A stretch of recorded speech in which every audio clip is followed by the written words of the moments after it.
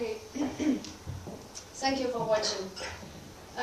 The images you have just seen in the first part of this video might be distressing and unfamiliar to you to watch.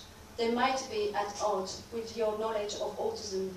Yet, these distressing and chronic behaviors are seen in about 30% of a group of 400 children seen at the Trust. Can you imagine having to watch this behavior in your own child? Can you imagine the level of distress experienced by families? Although self-injurious behavior have now been recognized as being part of a typical autism, they are merely set aside and dismissed as one other unexplained feature of the condition. Why is it that parents have to deal with this on their own? Do we have answers? Can we help these children? Yes, we can. At the Trust today, we have very good results in diminishing the severity and intensity of this behavior and frequency of these behaviors. Alongside the self-injurious behavior, we have features of regressive autism. We have chronic gut dysfunction, immune abnormalities. We also have severe impairment in communication, sleep problems, hyperactivities. These can be addressed and these can be treated. What also we recognize is very often self-injurious behavior comes from an expression of pain. And I'm going to read you one of the teacher's report from one of the children you've seen here in the video. John suffers from a serious bowel condition which causes him considerable pain.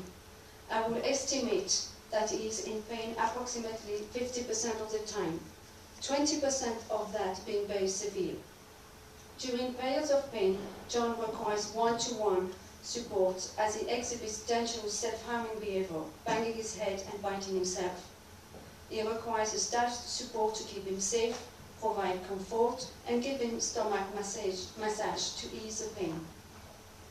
During periods of pain, he can also be aggressive towards the staff who are trying to support him. He will occasionally thumb, bite, and headbutt. He is not in control of these behaviors. They are a reaction to his acute distress.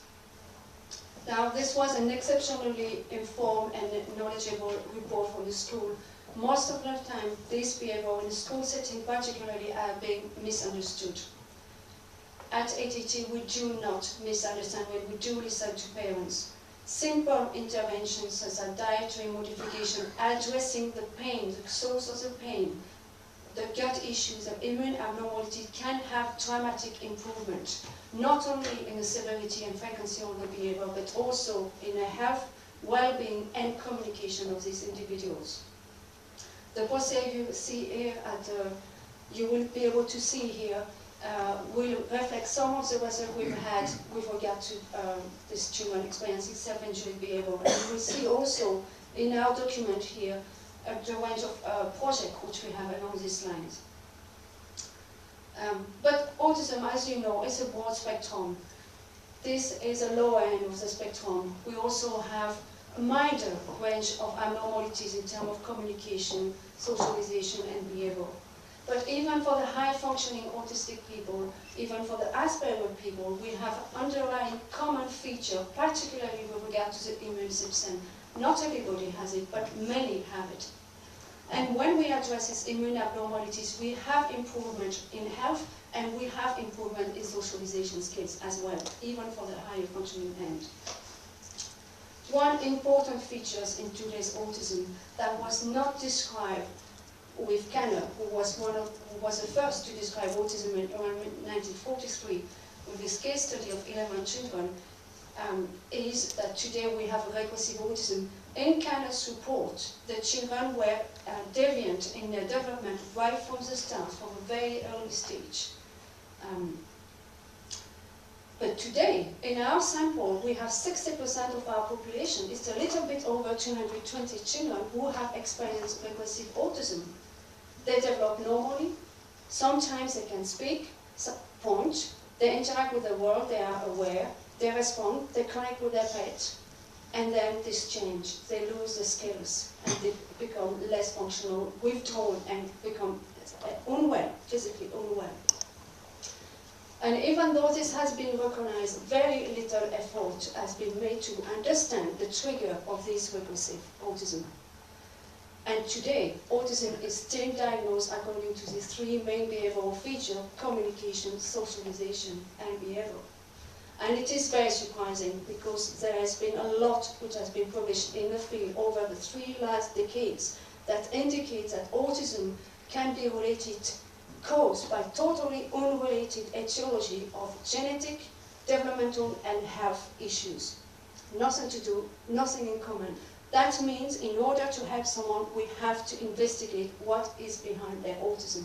That's the only way to help a person. And this is what we're trying to do at the Trust. No wonder parents are at loss when they report their findings to their doctors, when they report their observation, and essentially remain dismissed. We are here to listen to parents. We're here to help them to investigate and address the issue which we can identify. Parents have huge knowledge about their child. They have huge knowledge about what affects their autism in the child. We listen to them. What they're telling us is interesting. As Bill said in his introduction, very often they say the child is actually very sociable towards family members. The child is bright, even when it cannot communicate, even when it has the most aberrant form of behavior. Also, very often we have reports of a child having a good level of creativity and imagination. All of this is at odds with the textbook picture of classic autism as described in the middle of the last century. We believe we have a new conditions here. And parents also tell us of the improvement they can gain from very simple intervention: dietary modification, nutritional support, addressing the gut function, addressing the immune system, lead to improvements. And it leads to even more improvement when this is combined with intensive and specific intervention or educational intervention, as we will hear in the next talk by Pascal here. So this is basically what we can do here. There are many forms of support which do help autism, and many of you here have knowledge, valuable knowledge. We're trying to put everything together. We can try to work all together, being very comprehensive, very intensive, and to address the needs. First of all, have recognized, investigated, treated. Secondly, every aspect of education, communication, behavioral issues, and a broad range of developmental difficulties need to be addressed intensively here. There is no time for politics. There is nothing that justifies delaying providing the support these children need. We're here to help, and the world of incomprehension and exclusion these children and their family has been confined doesn't have to be so. We propose to act now to diminish tomorrow's sorrows. Okay. Thank you.